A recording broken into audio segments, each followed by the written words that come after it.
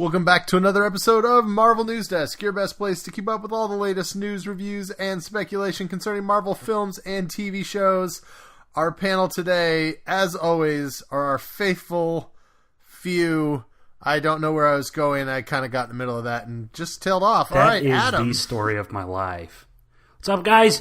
Adam Barnhart here. This week what I did, you can actually go to isadambarnhartonTwitter.com to see if I'm on Twitter or not that week. So, like, every time you, like, make it unactive, like, there's some kind of app that knows that No, it's unactive? I thought about doing that, but it's pretty basic right now. There's just one word. But it's not yes or no. That's the thing. I just looked at it. Is it maybe? Because that seems like a very ineffective website. Everybody will have to go and look. Your I know, clicks are that's what I'm gonna be saying. racking up, Click on all man. the ads there so I get all that AdSense revenue, please. Like the website, Right. with all the AdSense revenue we get from that. And we've got Rhiannon. Hey guys, you can find me on the Twitter as @BrooklynMND. Because I And made the you, change. yeah, and then I'm kind of upset about that. But it's all good.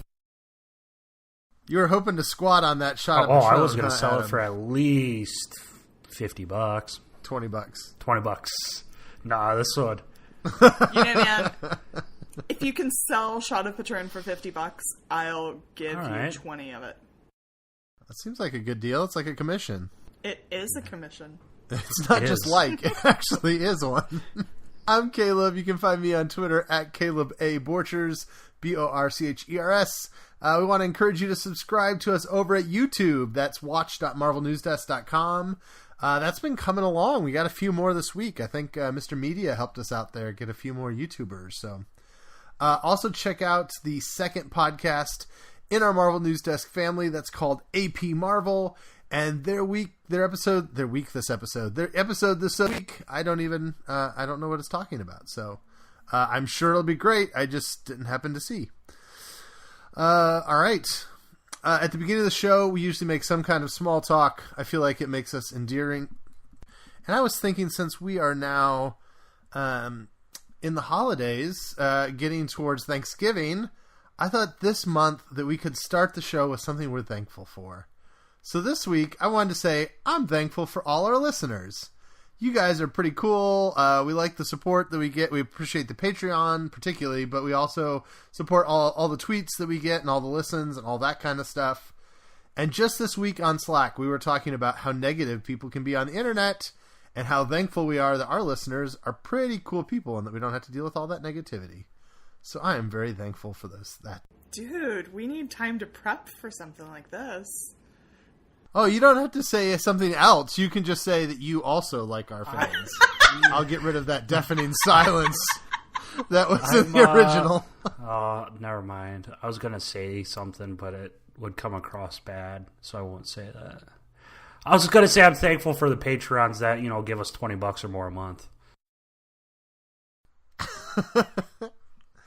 But in all seriousness, we have talked, people are pretty positive when they interact with us, and that is not true everywhere, as you're even discovering on your job. Without throwing anyone under the bus, Adam, I think you're finding different fandoms respond the to things differently. So you know what I'm thankful for? People that act reasonable on the internet. That is what I'm thankful for. And that's, I agree with you, Caleb, and that, our fans and the Marvel fandom in general, because we wouldn't be doing this if, I would never have even, read a comic book if the fandom was like some of the other fandoms. So, thanks, guys. Yeah, there's been a time or two over the last couple of years that we've done this where, this has a chance to turn into a real dumpster fire. And it hasn't, and you guys have been pretty cool, and we really appreciate that, because every once in a while we worry that we're going to put something out there that's going to attract nasty people, so... Oh, I thought this has been a dumpster fire since episode 1. When did it become not a dumpster fire? I wasn't talking about our content. I was talking about nasty comments about our content. Yeah, okay. Though, our goal, like we were saying, our goal was always to get hate mail. Oh, we also are thankful for self-deprecating humor on this show. But now I wonder how much of it makes the final cut. because I don't listen to the final cut. I don't listen either. Yeah. I'm sorry, I didn't hear that, Rhiannon. What did you say? Oh, you'll hear it when you're cutting. She says, Great. "Stop cutting my damn jokes." Let's jump into our news. Eternals has a filming date. That hashtag show says that September of next year, 2019, is when that film is going to start spooling up, which should definitely get it ready for the November 2020 release date that's on the Marvel calendar. Also, Adam alluded to this last week, but I hadn't seen it yet. There is a synopsis for the film. It says, the story of the Eternals is set millions of years ago, when the cosmic beings known as the Celestials genetically experimented on humans, creating the superpowered individuals as well as more villainous offshoots known as deviants. The two groups went on to battle each other throughout history to see which would eventually become the ultimate race. This story involves the love story between Icarus, a man fueled by cosmic energy, and Cersei, who relishes moving amongst humans. Does that sound like an interesting synopsis for you, Rhiannon? Does that get you even more excited about this movie we don't know much about? Sure. It's been out for a while, though. That's I don't know, the love interest. The thing that does bring this up, so it starts filming next year, and obviously it's a 2020 movie.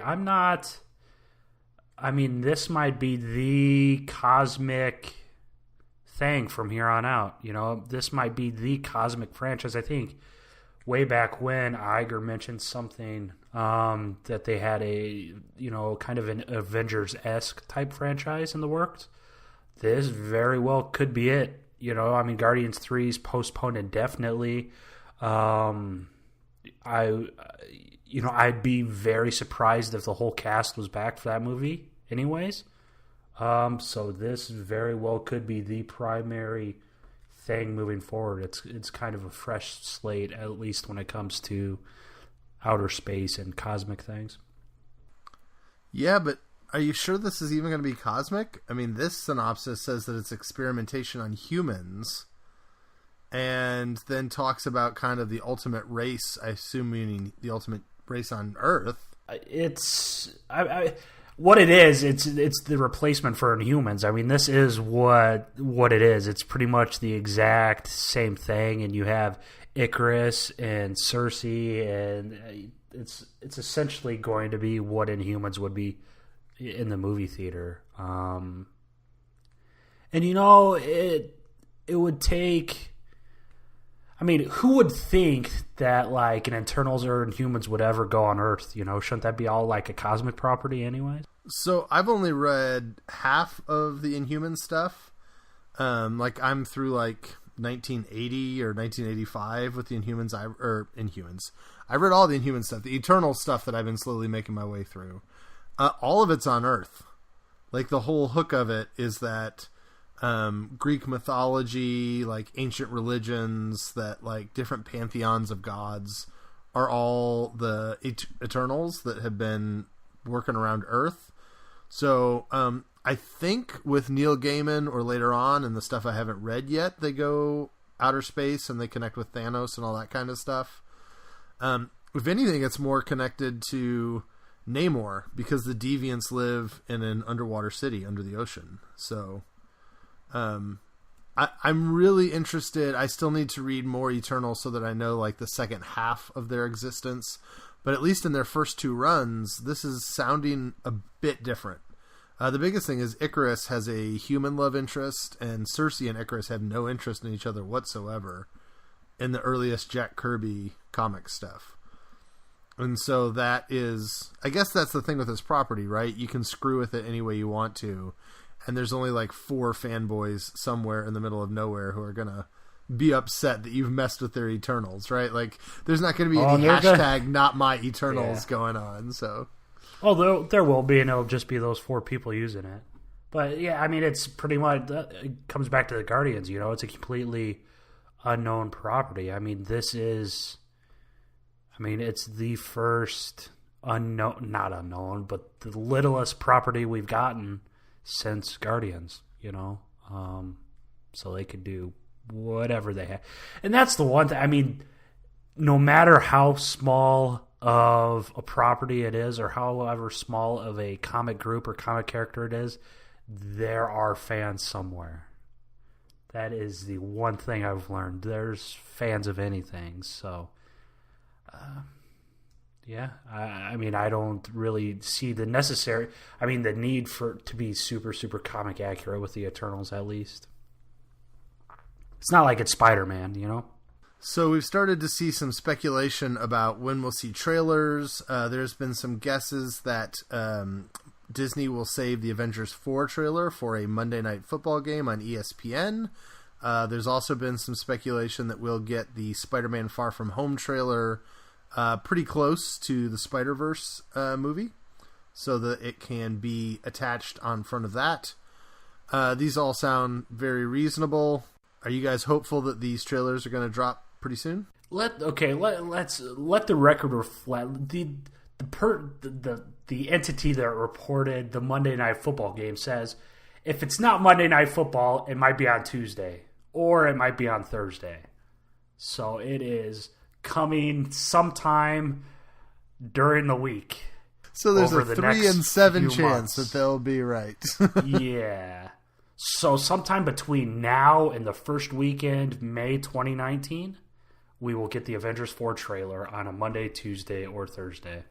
If you're not careful, Adam, they're just not going to do one at all just to tick you off. That's what I mean. Like, that would be the best thing ever. I would love that so much. That's what. Sorry, Rhiannon, go ahead. We don't even have a title for the movie, and people are talking about when the trailer is going to come out.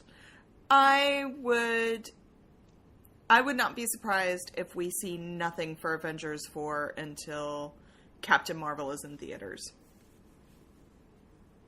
How much hype do they need for this? When's Captain Marvel in theaters? March something. March 8th? International Women's Day. Yeah, March 8th or 9th or 2nd. I mean, that gives them, what, 7 weeks? 6-7 weeks to hype it? Okay, maybe we get something before. I love how you make a hot take and you just you're tenacious. You will not let it go. In my head, I keep thinking that Captain Marvel is January. It must be like Black Panther was January? No, it was still February. Oh, it was February. In my head, Captain Marvel is January. Well, it makes sense. You probably have in your head that it's a month different than Black Panther, and then you're just hopefully moving it up instead of moving it back. You know how crazy this year's been? Black Panther came out this year. I know, and it was like February. It wasn't even like January, evidently. And it feels like it was like 3 or 4 years ago. It totally does. So, okay, maybe...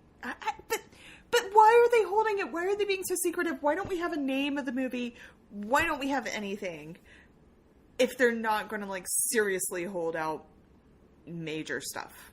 I don't think they're being secret. I just don't think they need it. That's why I'm saying they could not even release a trailer for it and they would still make more money than Infinity War in the theater. Yeah, they could wait until the Super Bowl. Why not? I have a very boring practical reason. And it's because they don't want to make the Sony mistake of releasing spoilers via Dr. Pepper cans. Right? At some point, there's going to be a Doritos bag that has the title of this movie on it. Or there's going to be, a cardboard cutout for marshmallows that's going to have the title on it. And that is going to be the way that leaks. And that kind of sucks. You don't want the title of your movie to leak on a marshmallow bag, and so that's why you reveal it in the trailer in November before all that merch stuff starts coming out and some grocery store attendant in a random gas station in El Paso is the guy who first reveals to the world the title of this movie. Okay, then it's going to be a teaser and it's going to be something very small. Maybe a pile of dust.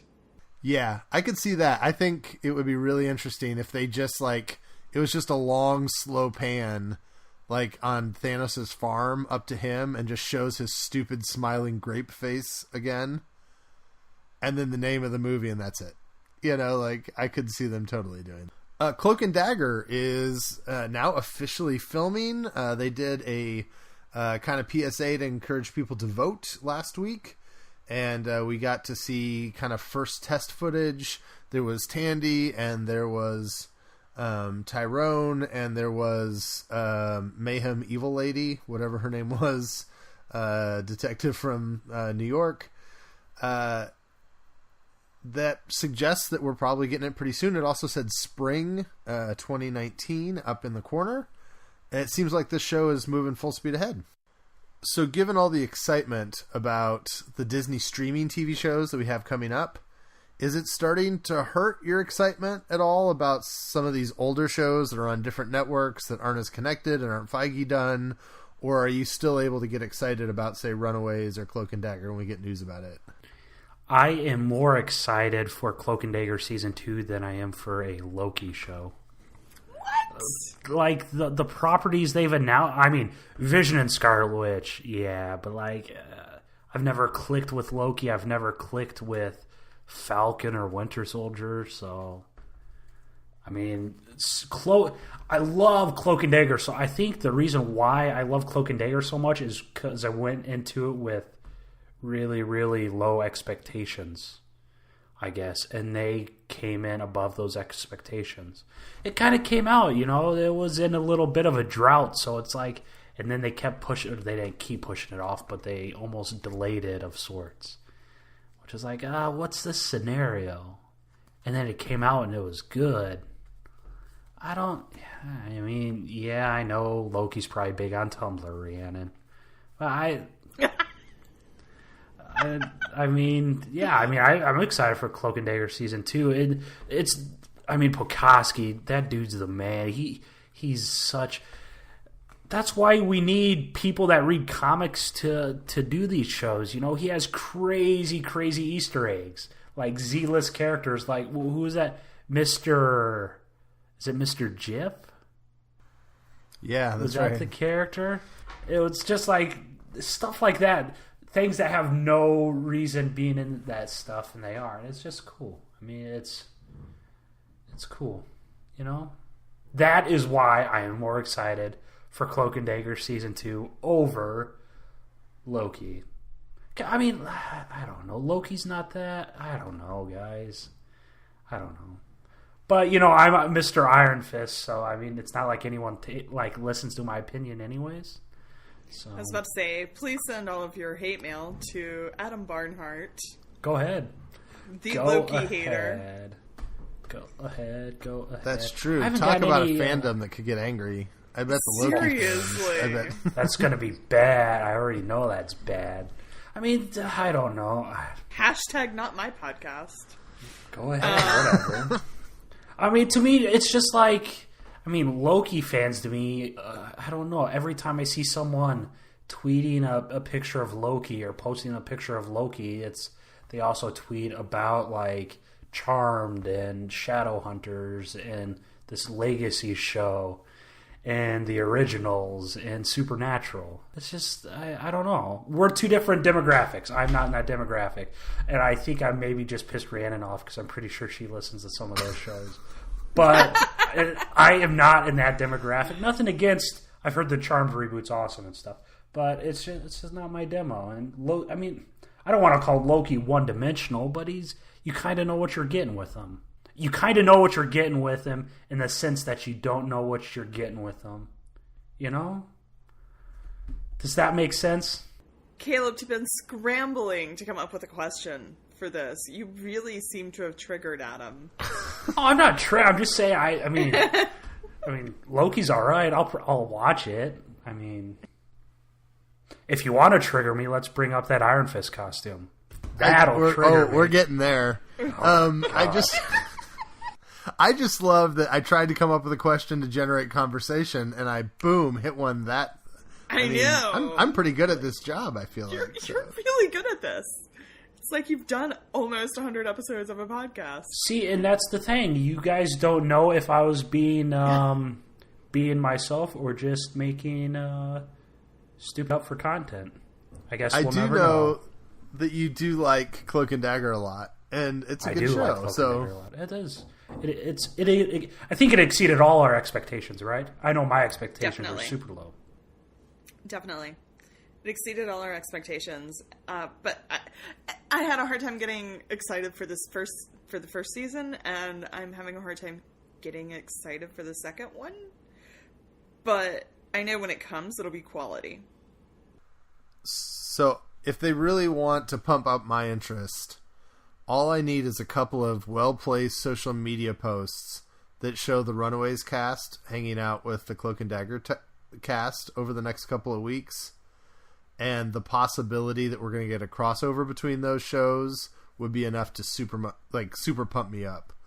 Because, Jeff Loeb has now several times told outlets, including our own, that, that would be a crossover that would make sense. He kind of, his standard answer is like, well, they don't care about what Matt Murdock is doing in New York, but I bet they care about what's going on with some teenagers like them in New Orleans. And we're like, oh, okay, Jeff, that'd be great. Let's see it happen. And I think that would be very cool, and that would get me very excited if we see, if all of a sudden, like, Allegra Acosta or Greg Sulkin is spotted, in New Orleans for filming. So that was an awful Jeff Loeb impression. Yeah, I wasn't really. Yeah, I wasn't trying to.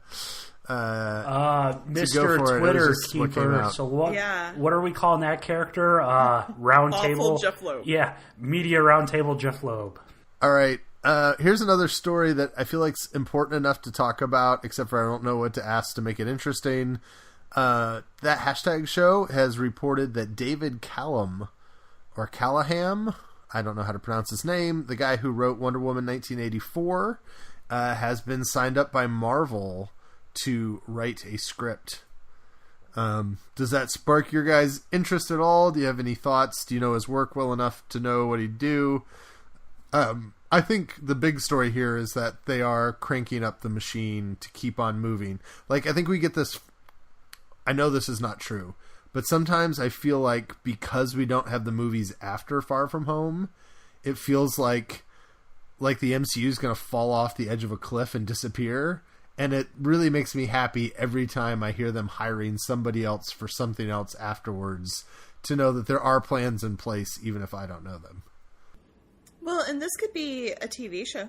I mean, with the way they're doing these limited series, they could be bringing in the movie writers and stuff to do stuff like that. I mean, was there anything specific about this? They didn't even hint. They just said he was working with Marvel Studios, right?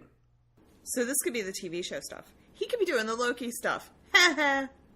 But, the fact of the matter is, this is something that could never, ever see the screen, ever, right? Because, this isn't the first thing Marvel would... Doesn't Nicole Perlman have a couple of scripts? And wasn't there a Runaway script? And this might have been before the MCU, but I think Raven Metzner wrote a Deathlock script. Yeah. The one thing I am for sure on is Caleb, you mentioned his resume and what he could write in the Marvel Universe. I have no idea, because I don't think, as of recent, John Watts is probably the last kind of person to get somewhat similar of roles in his properties. But this Chloe Zhao, or the Eternals director, her only feature film before was like a cowboy movie. So unless they're giving Icarus a horse or something, and Taika was completely different from Thor Ragnarok. And James Gunn was Scooby-Doo, So I have no idea what this guy could be writing. Yeah, I think it's safe to say Kevin Feige has a whole library of scripts that he read and was like, no, I don't think so. And so it could be that he hands...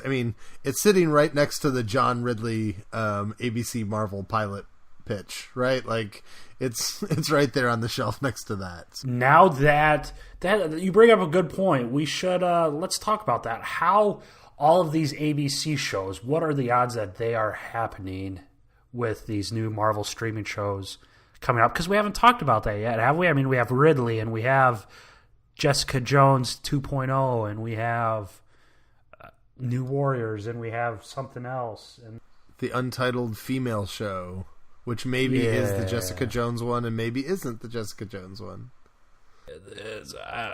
I don't know. Speaking of things that'll probably never see the light of day, Iron Fist was supposed to have a really cool costume in season 3. I was gonna kind of ease into it in a nicer way, Adam, and then you teased Rhiannon about Loki, and I felt like it was only fair. I didn't tease her about Loki. I teased her about the Loki demographic, and Rhiannon just so happens to be part of it, which I found out after I said it. So, I mean, I'm really not, you know? But yeah.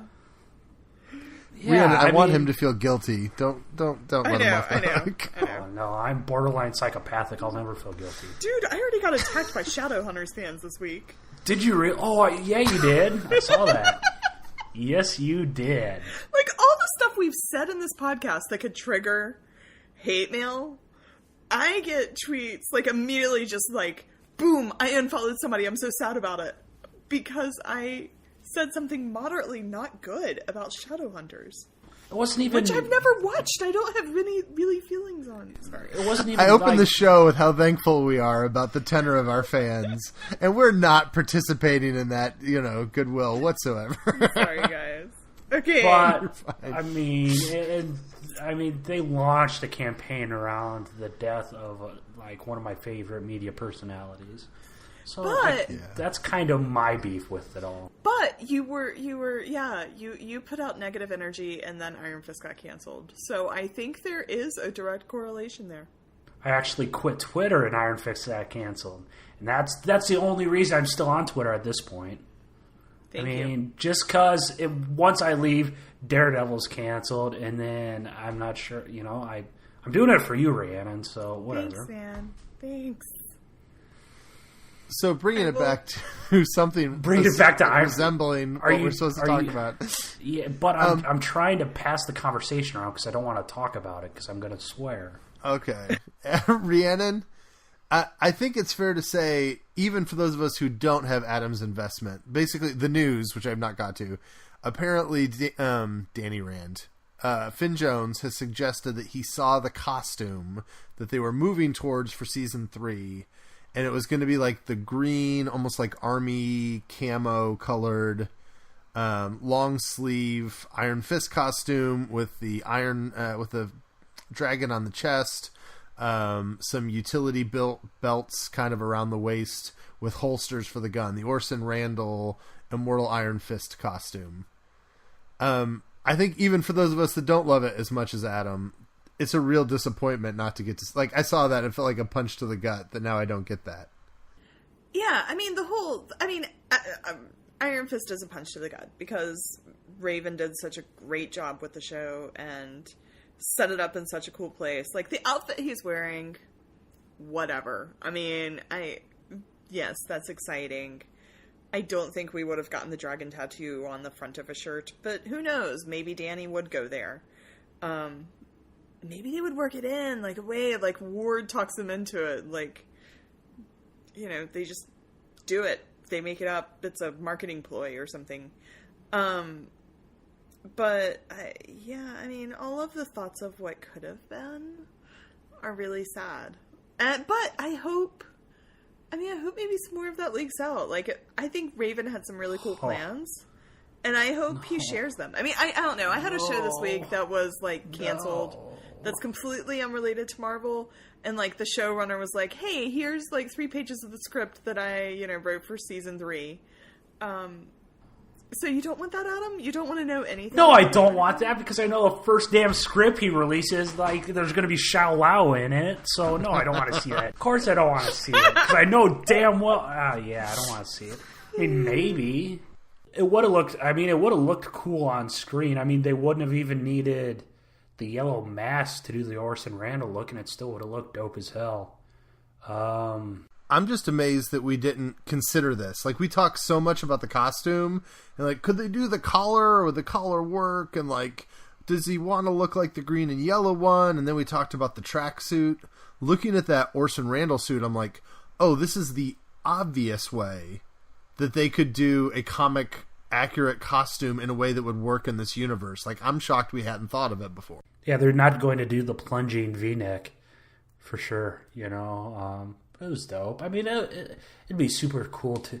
I would agree with you. It would be cool to sit down with Raven and see, kind of where his his thoughts were. Because obviously, I'm surprised, one, Finn saw this, so at least they were thinking of season 3, and I'm not sure if that just meant like key art or if that meant actual concept art or what they had going on. All we know is that Raven has that comic panel saved on his phone, and when they were doing press tour, like the 2 seconds of press tour that they did they even do a press tour for Iron Fist?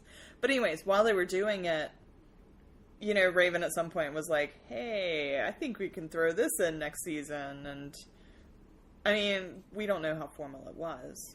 I want to jump off that, Rhiannon, when you said, did they even do a press tour? There's been some interesting conspiracy theories going around, and I've now seen a couple articles written about it that suggests that Netflix is trying to kill Daredevil. So this was like on the tail end of some of these reports about how big the viewership was down week 1 versus week 1 of season 2, and all the phony baloney math and stats that aren't actually stats that are running around. And basically what a lot of people are reporting on social media is that when they went to go watch Daredevil on Netflix, they couldn't even find it. Like, they were having trouble. It wasn't popping up in their menus like they thought it would. And apparently Netflix sends out a weekly email to people. I don't get it, but they apparently do. And like Daredevil season 3 wasn't featured in the weekly email.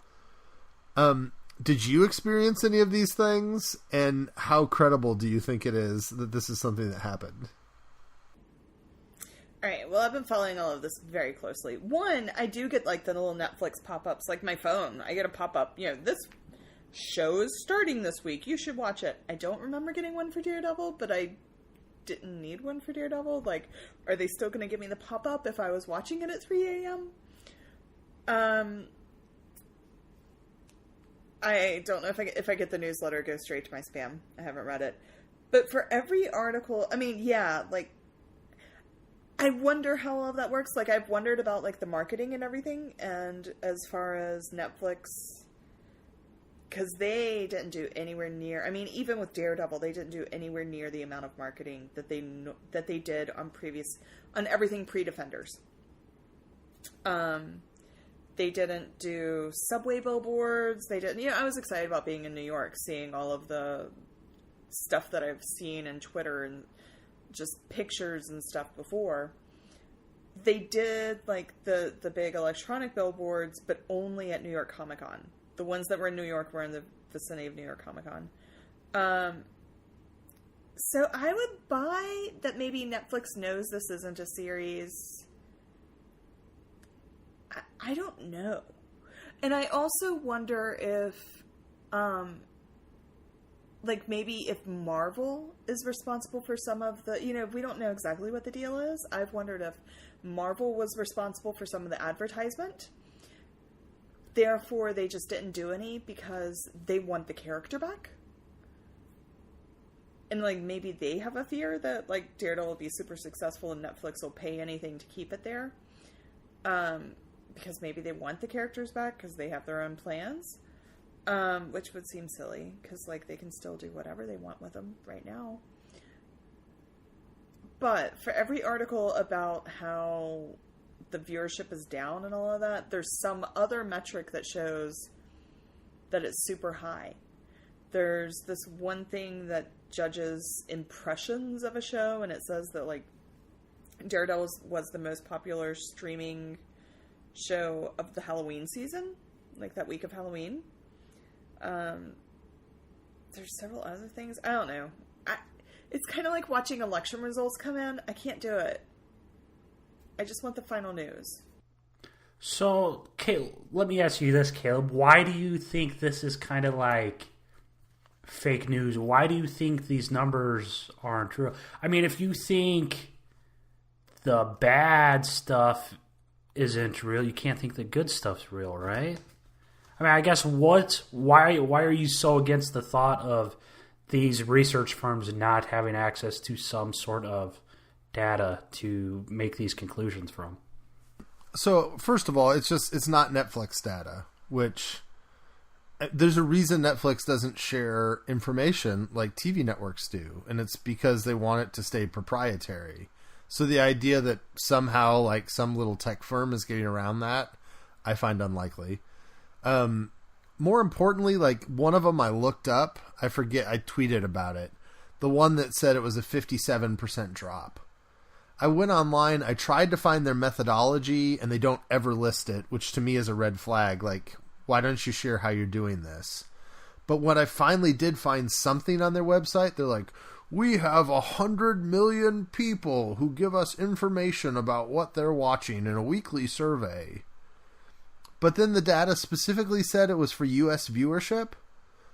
There's only 350 million people in this entire country, and about 70 to 100 million of them are under 18. So this company claims that 1 out of every 2 adults, or like 1 out of every 2.5 adults in America, gives them survey data? Like, it's baloney. Like, that's not true. This little company I've never heard of has 50% of the American adult population giving them data. Like, I don't believe that at all.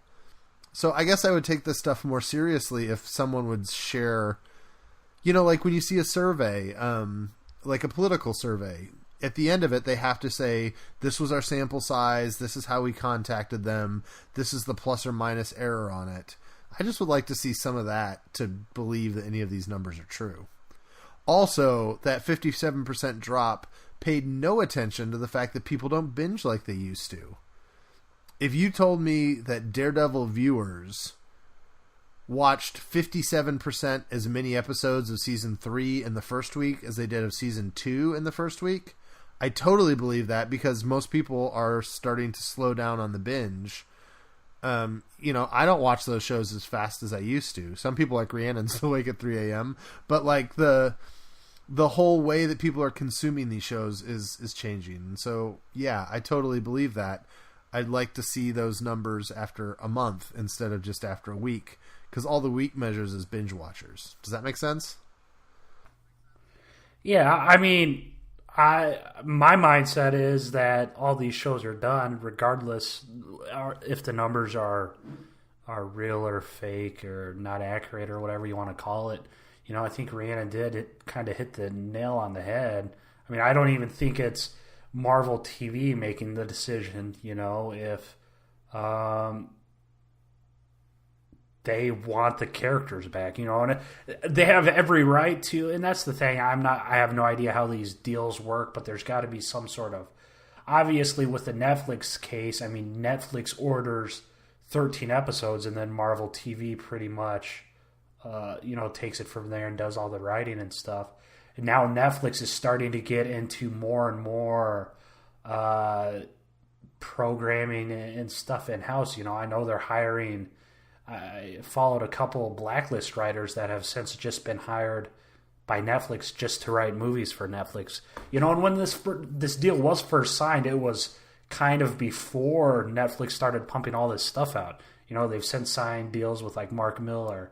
You know, they have Stranger Things. They have all sorts of these universes that they're bringing back. I mean, they got Lucifer from Fox or wherever Lucifer was airing. You know, Netflix doesn't need these shows anymore. You know, they're. I don't think it's what do you want to call it? Superhero fatigue.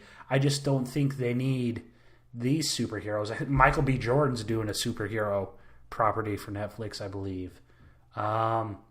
So it's kind of a perfect storm of sorts, you know. I would guess since Netflix doesn't need them, and since Marvel's probably asking for bigger budgets and such, you know, Netflix is just gonna pass. And I mean, like I said before, I definitely wouldn't be surprised if Jessica Jones 3 is the last season on Netflix. And then that's the other part to it. You know, it'll be super interesting. I would guess Netflix retains ownership of the seasons that are on there, you know. But I'm not sure. Can they have ownership of ideas and stuff? Certainly they can't have ownership over like the writer's room and such. I mean, if they wanted to, if Disney streaming, if Mouseflix wanted to hire Eric Olson and write technically season 4 of Daredevil, but it'd be season 1 on streaming, you know, Netflix couldn't go after them and saying you can't do that script, right? Or that storyline? Or how does that work? I have no idea how it'll work, I guess. So, I mean, we have no idea what the agreements are, but it's possible. If I was Netflix, I would have made some plans for this that, you know, these characters can't be in this carnation on any other service. But if I was Marvel, I would say no to that. So who knows what the attorneys worked out in this regard. Whatever it is, there's some sort of ownership of this version of Daredevil. That in the very beginning where it says created by Drew Goddard, you know, for every season, no matter who writes Jessica Jones, it would say created by Melissa Rosenberg. Because we know if there's a fourth season, it wouldn't be Melissa Rosenberg. Every season of Iron Fist will say created by, you know, whoever created that first season. And that means there's a special incarnation brought to life that very first writer did, and they always get that created by credit on it. So there's a legal definition of that. So they couldn't just go do an Iron Fist series and have Eric Olson, and it happens to also star, you know,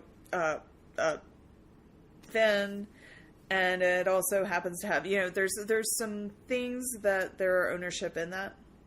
So it can't coincidentally just be just like it. It would be at a certain point, there are certain things that would make it Scott Buck's Iron Fist. See, I think my guess, the better way to do this, if I'm Netflix, is I just sell out those old shows. You've got a lame duck series that's not going to be continuing. If this information is right, Netflix isn't pushing this stuff anyway. If Disney is willing to pay out for those episodes, it takes money out of their pocket that they can't create their own original content to compete against me, and it puts money in my pocket that I can create new original content. So yeah, if I'm Netflix, I'd totally just sell those episodes. Like, yeah, we'll lose them. We'll get rid of them. You can have them back. And that would be interesting because it would be the first Netflix original to leave Netflix. I mean, that's a whole new world.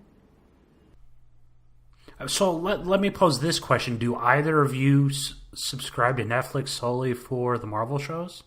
How many of their subscribers at this day and age actually subscribe solely for Daredevil, Jessica Jones, Luke Cage, so on and so forth?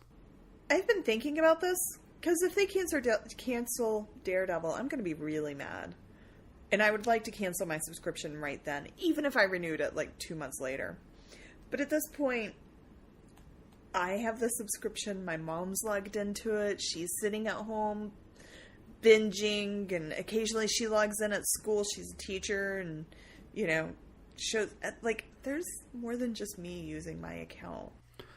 But I mean, there's still other content on there you watch, right? Or do you just watch? But, you know, I'm really behind on Hulu and Amazon Prime. And, I mean, I'm about to get my Starz membership so I can watch Outlander. Like, you know, I need to cut a streaming service right now. I'd say Marvel's 70% of my interest. And another 25% is really? Yeah. And another 25% is my kids. But if Disney streaming comes on and my kids' interests are filled by Disney streaming, yeah. And the only thing I really care about is Stranger Things. That's the only other thing I watch significantly on Netflix. Really? I'm done with Making a Murderer, I think, too. One more shot of sad grandma at her stinking kitchen table. Don't. I can't take it anymore. Dude, Dolores is heartbreaking, man. That's Yeah, she's heartbreaking for like 7 freaking hours of that show. Like, how many sad shots of Dolores do I need? I know. I do think it's interesting on this topic that Michael T. Ford mentions that he got a pop-up for Iron Fist, but not for Daredevil. And he said on the first night that he went to find it, he had a hard time finding it on the service. I did find on the first watch through, but then I went to rewatch some episodes the other night with my wife.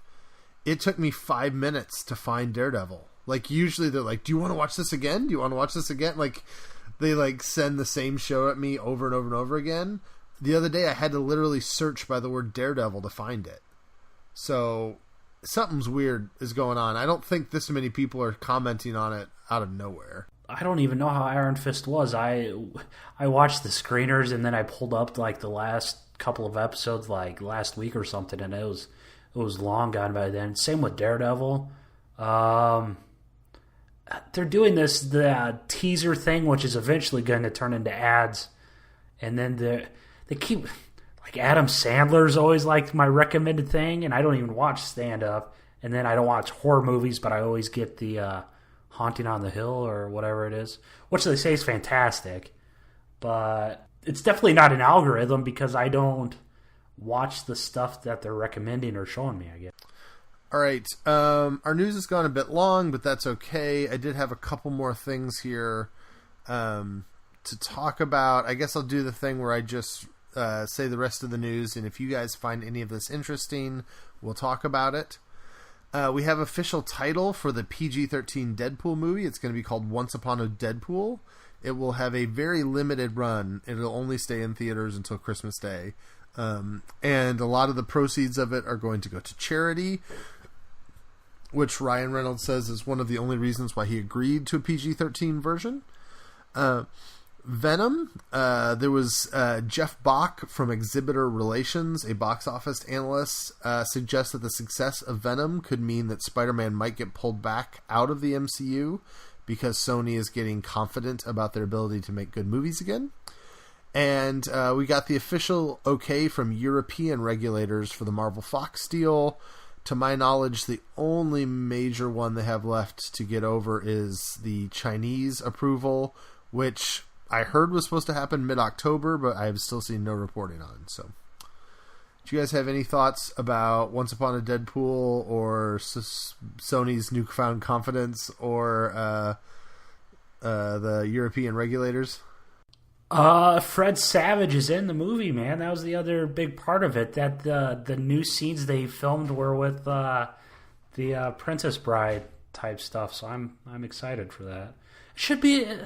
It's got to be a test or something. They say it's for charity, but I'm a conspiracy theorist when it comes to that. There's got to be something else in the works, you know. I mean, I almost want to go to theaters to see it just for the Princess Bride reference. Yes. And I may not be a Loki fangirl, but the Princess Bride, man. I mean, what other actor takes so much ownership of the character? I mean, at this point, there's no way you can have Deadpool without Ryan Reynolds. We're talking about a world where you could have Daredevil without Charlie Cox. Yeah, but he's not a producer, and he's not. Yeah. You know, okay. He's married to a producer. So. Okay, but you know what I mean. He's like, I mean, Ryan's very, very. He treats it more than a job. You know. I mean, it seems like his passion. The only other one I think would be close is my guess is at this point Robert Downey Jr. has quite a bit of say over what they do with Iron Man. You know, like I think that if they did something he didn't like, that Disney would listen to RDJ if he said, no, we can't do that. So, Paul Rudd was credited with writing Ant-Man and the Wasp, right? Yes, I believe so. The other piece of news there that scares the daylights out of me is the idea that Sony is so confident that they could pull Spider-Man back out. I mean, again, I know a person that likes Venom who doesn't like us being negative. Sony has no reason to be this confident. You know, like, please just wait till Morbius comes out and everyone hates it. If that's a hit, maybe you can start to feel confident. But Venom was so panned, and it generally was mixed by people who watched it. I mean, people thought it was fun, but it wasn't the kind of... I think Venom is possibly running into a real big dip with the sequel, where people will go, oh, that last one was alright, but I don't know, I don't want to see this one. Like, I think Sony should be real careful before they start saying no to the Kevin Feige gravy train. Particularly since Venom still hasn't made more money than Amazing Spider-Man 2, which is the worst of their movies. Well, they're not in the business of making good movies, though. Are any of these huge blockbuster studios in the business of making good movies, or are they in the business of making movies that make money? Right, but... Profound, Adam. Well, I'm just saying, I mean... No, Like, Marvel Studios just happens to have their head on straight, and they happen to be good movies, you know? And, I mean, Ant-Man... Well, like, Ant-Man and the Wasp wasn't really a super good movie. You know, I mean, Venom hauled in some serious cash, enough to warrant a sequel, right? Regardless of the quality. Let's talk about that, because Spider-Man Homecoming happened because Sony put out Spider-Man and made a bunch of money. And then they put out Spider-Man 2 and they made less money. And then they put out Spider-Man 3 and they made less money. And then they put out Amazing Spider-Man and they made less money. And then they made Amazing Spider-Man 2 and they made less money. Well, guess what? Venom has made less money than that. Now, in the end, I think it'll outperform Amazing Spider-Man once China kicks in. So I don't want to overmake that point. But Sony has yet, as of today, to make a Spider-Man movie that made more money than the previous one, except for Spider-Man Homecoming, which made significantly more money than the previous ones. And if Far From Home comes in at $1.1 billion, which I think it has a good chance to do, Sony cannot be so stupid as to think that they're capable of this. You're not.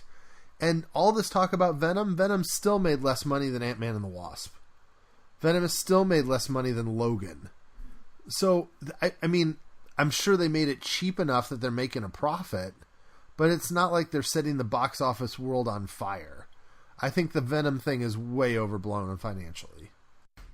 You're the box office guy, so I'll take your word for it. Let me pose this situation. What happens if, I know he's supposedly doing a DC movie now, what happens if Sony gets a guy like James Gunn in there to kind of be the Feige-esque of Sony?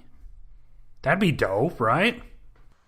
I don't know if I want a James Gunn Spider-Man movie. I don't think... Well, not Spider-Man, but like Venom and Morbius. That's right up Gunn's wheelhouse. I'd be into a Gunn Venom. You guys just have more faith than I do. I don't know. I guess maybe Venom. I mean, Agent Venom, sure. That would be kind of fun. And just to clarify, my comments on the Spider-Man movies, it is domestic, not international. The international has gone up as they've opened up to more markets, and more markets are watching movies, as international has generally gone up. But still, to this day, every movie that Sony has made with Spider-Man has made successively less than the last in the United States of America. So, all right, are we ready? Let's do our main conversation. So this was kind of a weird one. We're trying to figure out different things to talk about here as we wrap up the year. And if you have not noticed, this year a big book has this week, a big 10-year anniversary book for Marvel has come out. Marvel Studios.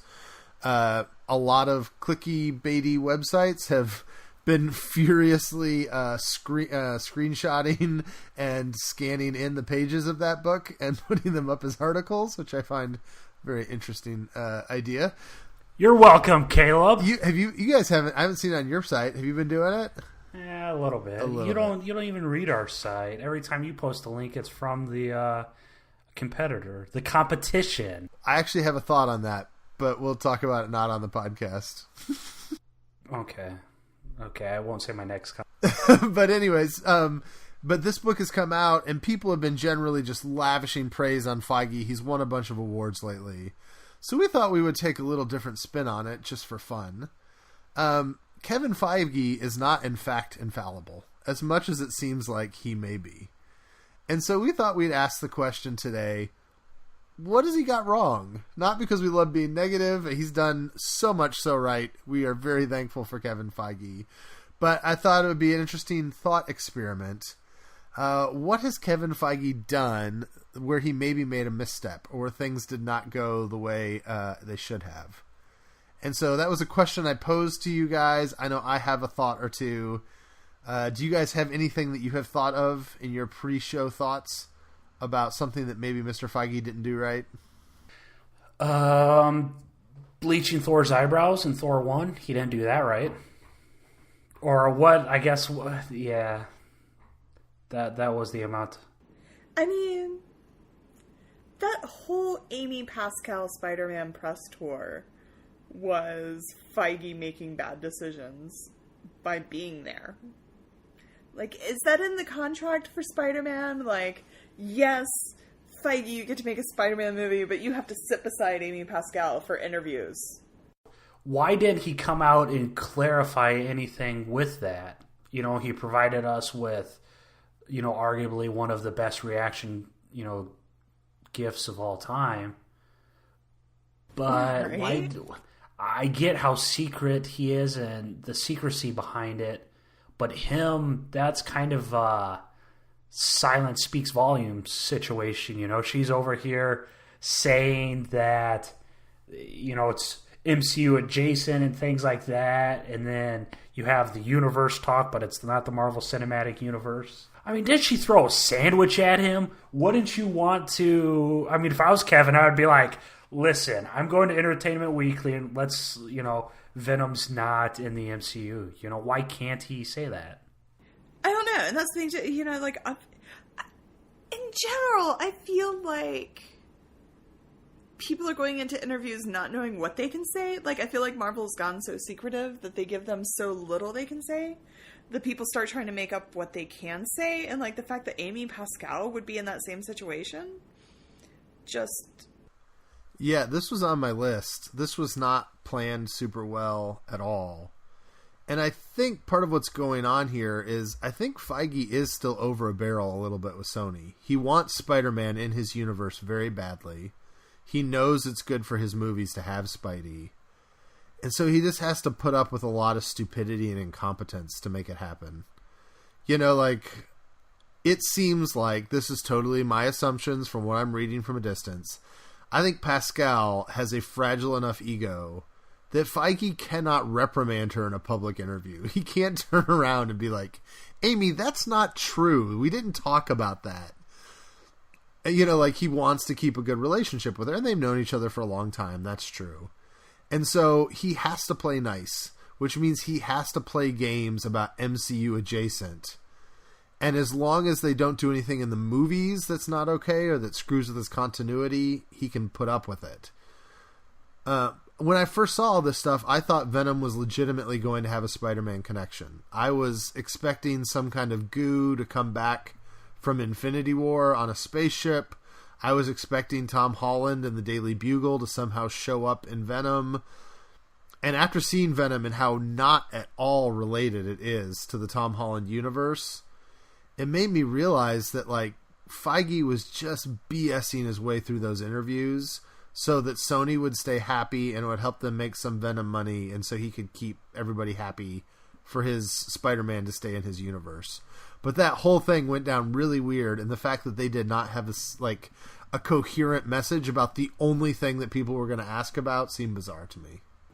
Though, I mean, in their defense, Venom is as connected to Spider-Man as Runaways is, Daredevil.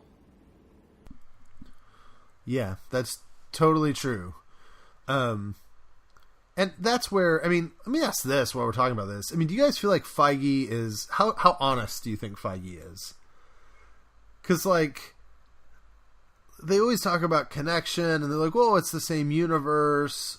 But at the same time, we all know that it's not, you know, like, how much do you trust him when he speaks? I mean, he's not lying, I guess, because essentially it is the same universe. It's not all connected, you know. I think if we go through and we look at where Feige has made the most mistakes and what he's said in interviews and even what made it through to the movies, I mean, when we look at the 8 years later, they're all related to Spider-Man. Like, where he had that flub about them not going back and retconning stuff, or, you know, how the post-snap MCU is going to be, that they won't go back in time, or they won't, and then, you know, like in a later interview, he said, well, maybe they're going back in time. All of it, if you go and look at it, is Spider-Man related. Yeah, because they're asking about Far From Home on those ones you're talking about, right? Yep. Yeah. I mean, I think he makes legitimate mistakes, whether he's lying or whether, like, things are getting changed on him that he has no control over. I think, Spider-Man, he messes up. Yeah, it's clearly a different challenge for him. And even for someone as good as he is at the PR spin, like, this is a challenge for him on how to manage Pascal and manage Sony in a way that keeps them happy, but in a way that also doesn't mess up what he's doing. And I think, to move on to that point you made, the 8 years later is another great example. I mean, he kind of hemmed and hawed around it. It's the Russos who finally told us, like, oh yeah, they screwed that up. That was wrong. Feige kind of always was diplomatic about the 8 years later, even though we all knew that it was clearly not right. We've talked about this before. We need to do a full episode on it. It just takes so much homework to do right. Has Feige made a mistake, speaking of the 8 years? He told us at some point we would get like a scroll with I don't know why it was a scroll, but not scroll, but scroll.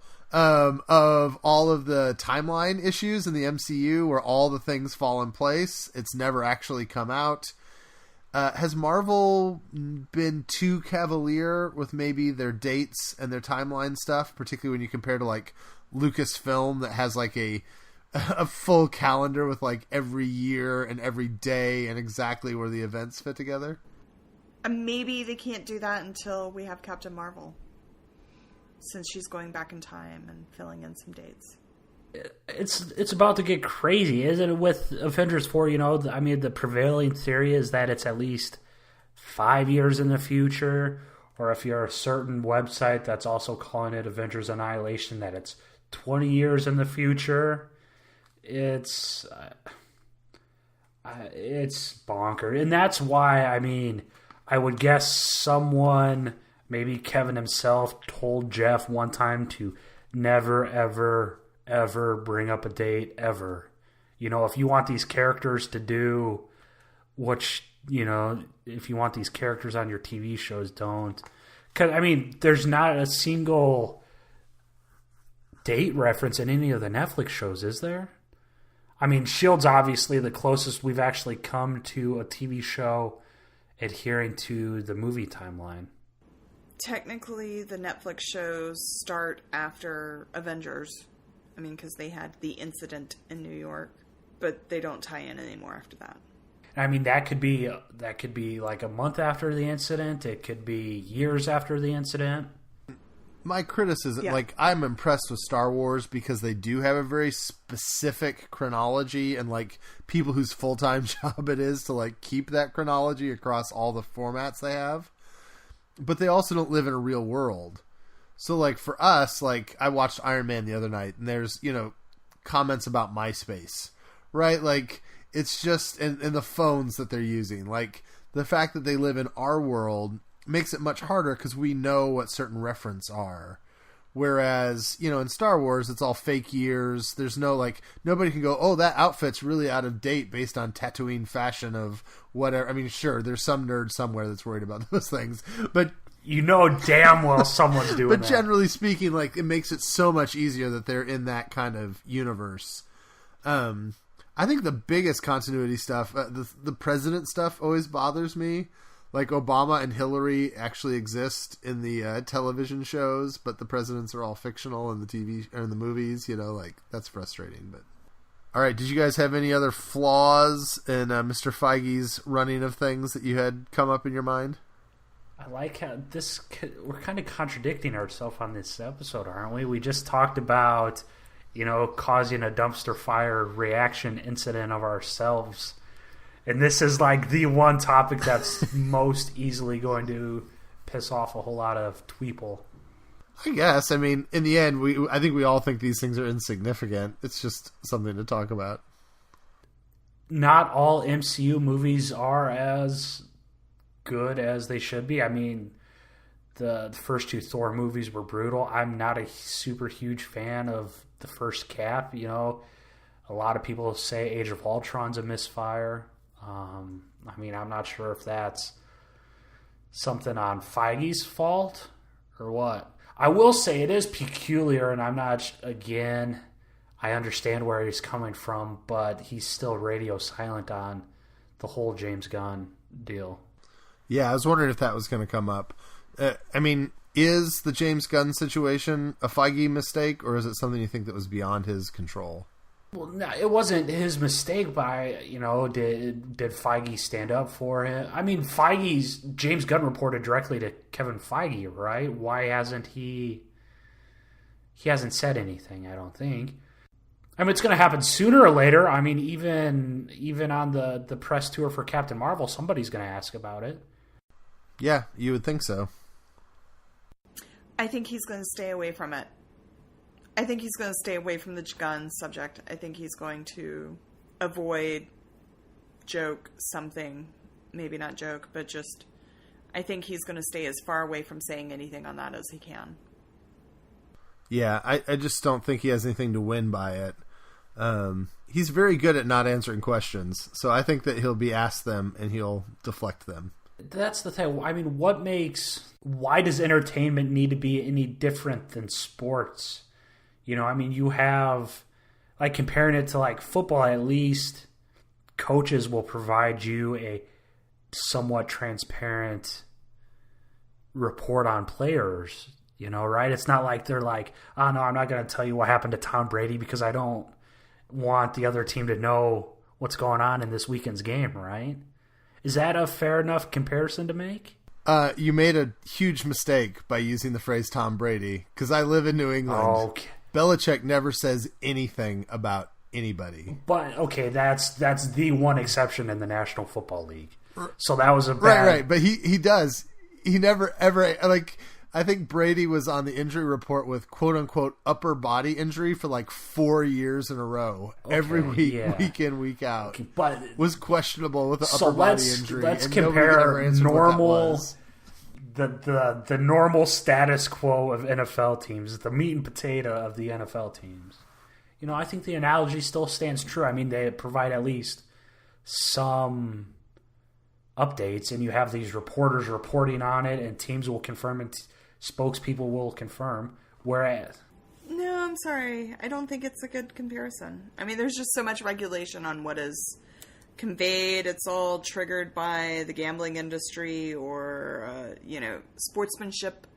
There's no sportsmanship need to reveal information by Marvel.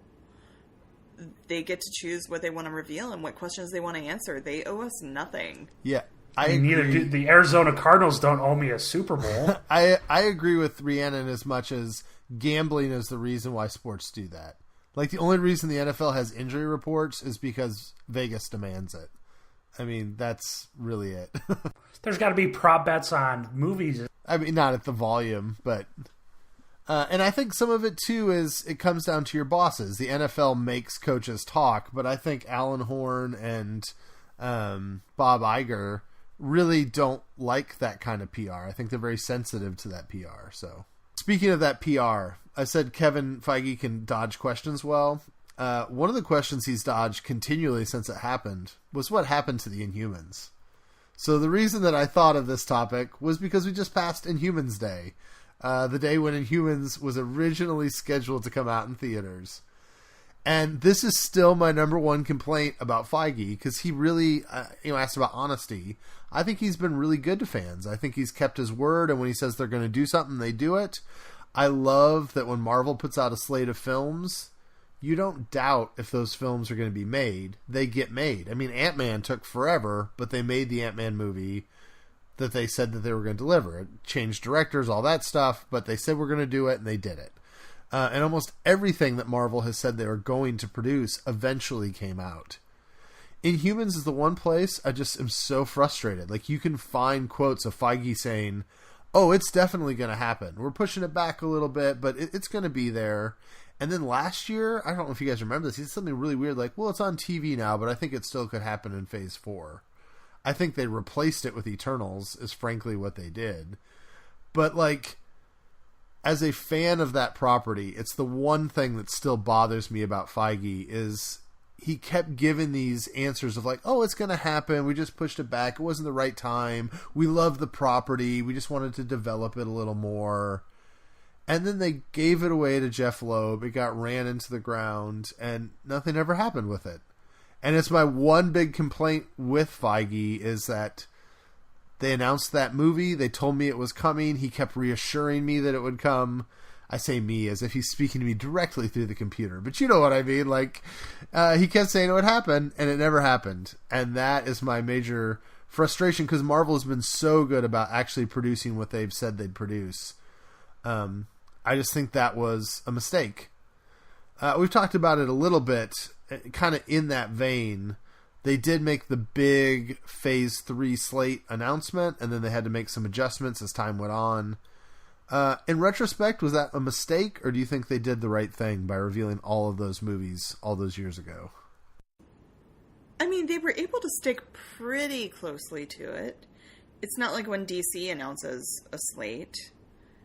And it was fun to know what was coming. I don't know. I mean, it did upset you a lot by not getting your Inhumans. You brought up a good point with Ant-Man. How do you mess up doing a movie with Edgar Wright? I mean, how? I mean, I don't get it. I mean, you would think. I mean, Edgar Wright's got to do an MCU movie at some point. I mean, he looks like their kind of director. I mean, he has a Taika Waititi kind of deal to him, right? Doing smaller budget things that fans really like, and then giving the chance for the bigger universe. It would seem like Wright would be a great fit for them. I do think it's interesting. Michael T. Ford is in the live chat, and his complaint on Feige, and I think it's a good one, is that the universe was just really low on diversity early on. That, you know, it took a really long time in Marvel before we had anything but, like, as we've teased before, white dudes named Chris as superheroes in their universe. And I think it plays in a lot to that big Phase 3 announcements that they made. Is they gone through 2 phases where it was like Captain America, Iron Man, Thor, and people kept saying, where's our new characters? Where's the diversity? When are you going to expand this? When are we going to get to other comics? And I think what they were able to do is by making that big announcement, they threw out like Black Panther is coming, Captain Marvel is coming. And it allowed them to like make an announcement that appeased the criticism on that, while also not doing anything to actually fix the criticism for 4 years, right? Like, this is I forget when it was way back, but like 2013 or 2012, where they're like, you're right, we need to make a Black Panther movie in 4 years. And it was, it was kind of brilliant, but I think it's part of the reason they announced so many of those movies is to allay the fears that they were just going to keep bumping out Iron Man 4, 5, 6, and 7. I think that's part of the way that ended up happening. Let's go ahead and jump into the mailbag. As you guys mentioned on Twitter, Mark Turner is continuing to do very good work cataloging all the various voices on the show. We had a little disagreement this week about whether Rhiannon's drunk mom voice was a drunk mom voice or just Rhiannon's voice, which I thought was very humorous. Dave on the website was talking about, I had mentioned last week that all the Disney streaming shows were characters that had been snapped, and he was hypothesizing, wouldn't it be interesting if they created like a pocket universe that's like in the Soul Gem, and the reason that all these shows are those characters is because those people are not in the MCU, they're in the like Soul World, side world, which I don't think they're going to do, but is a very interesting idea, I think. Gee, if only one had said their pitch on a multiverse. Well, yes, they were interacting with that as well. I didn't use all the comments, but I think people were very interested in your idea of a multiverse. No, I'm just saying that what you just said, it's kind of like a multiverse of sorts. You know, if they're doing the Vision's going to be on one of those shows, so the logic's not all there, but I can smell what they're stepping in. Well, and I mean, Loki wasn't snapped. Well, he was nearly snapped in half. I heard another podcast say he died by a snap too. It just happened to be his neck. So, Preto on the website had a big Inhumans banner and asked if we all enjoyed seeing it last week. That was that Inhumans banner with the November 2nd, 2018 tag. Thanks a lot, man. Yes. Really appreciate that. Would you get mad if I said that was me posting that? It'd be weird if you'd had that fake identity for a long time. This is the Loghorn, Cleghorn Avatar guy. Oh, I thought he was a new commenter. They were a new commenter. I didn't know. Okay, my bad. Never mind.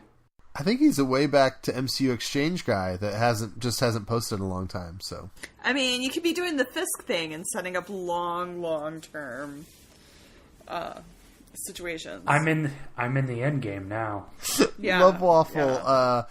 When we're talking about Phase 4 pitches, his Phase 4 pitch is a Fantastic Four movie that doesn't suck. So very, very good idea. I'm with you. Over on YouTube, we have been putting these things up on YouTube. Indie Film Productions wants to see TV respond to the snap somehow. And he's pitched that he thinks Season 6 of Agents of S.H.I.E.L.D. would be really interesting if the whole season was just about the Agents of S.H.I.E.L.D. responding to the snap. And like the world in chaos, and they've got to pull in people to help them deal with the chaos. I think that's interesting, but I think Season 6 is going to be them in space searching for Leo Fitz's currently existent self. But it'll be interesting to see what they do. And Michael T. Ford III on Twitter this week was asking, when we talked about multiverse, we had an interesting conversation on Twitter about whether multiverse reduces the stakes of the movies. It makes them less important because they're inside universes. And I think it's an interesting question. We talked a little bit about Logan and how it didn't seem to hurt Logan. So, also in the live chat, Michael asked if I eventually got Inhumans in a Fantastic Four movie, would that count? Yeah, I'd love a real movie version of the Inhumans. I don't care how it comes, Fantastic Four, whatever. That would be incredible. Even if it's not a movie, I just want to see them on the big screen and done right. So that'd be great. Anything else this week, guys? So we wrap up the pod.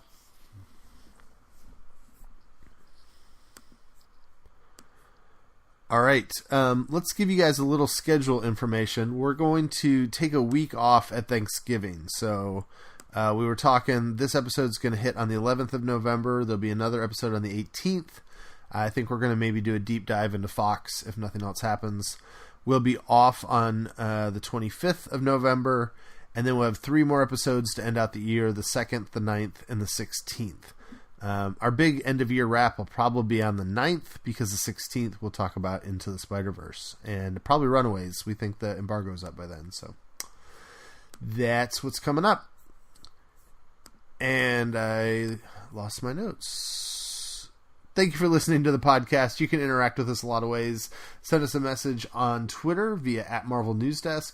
You can also communicate with us via our MarvelNewsDesk.com post each week. If you want to support the show, we'd love for you to give us $1 a month over at Patreon.com/MarvelNewsDesk. You'll get access to our special MCU film ranking episode that's available only to our Patreon supporters, as well as early access to some of our YouTube videos.